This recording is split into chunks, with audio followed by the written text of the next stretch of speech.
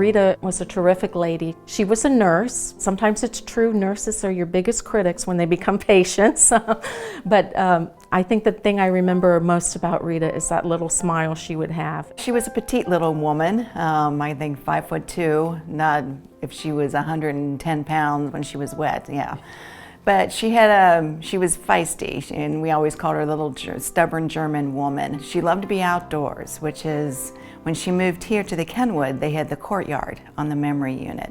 And that was one of her favorite places to go. When the weather was good, you know, I or my sister would take her out, and she loved to sit there, and she loved clouds. She would sit there and just watch clouds go by, and the birds too. You know, she'd listen to the birds chirp and walk around and look at all the flowers, or the pumpkin plants and the tomato plants, and you kind of point them out to her. She always had some allergies. She always called them allergies. So she kind of avoided wheat, dairy. She didn't drink a lot of no milk.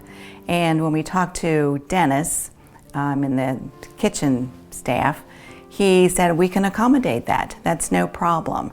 Just give us a list of what she can eat and what she tries to avoid. They went out and bought soy milk, and they bought soy ice cream for her. They went and got some, I think, granola cereal that she always used to eat.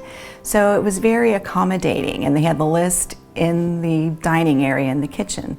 And so all the staff knew what she could eat and what she couldn't. Rita signed up for the Memories in the Making iPod program when we first introduced it here at the Kenwood, and she was one of my first people that I tried it on. She loved to listen to the music, and whenever we would put the headphones on her, her face would light up and she'd have that big smile. We had it on her one day. She had walked back to an area in memory support where we were doing yoga. She was not going to let me engage her. She was not happy with me at all.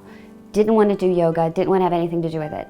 So I got the iPod, which had her music on it that her children helped us select, and put it on her, and she turned into a different person during the course of the yoga session.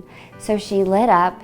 Her daughter Lois was in. She turned to Lois and was making comments to her about the music, and Lois cried and wrote us a letter and said how much she was able to engage with her mom and what a difference it made for her. I think she was happy here, because I remember the first day she walked into that apartment, and we said, "Mom, this is for you." And she said, "For me? Oh my, for me?" Yeah, she was happy.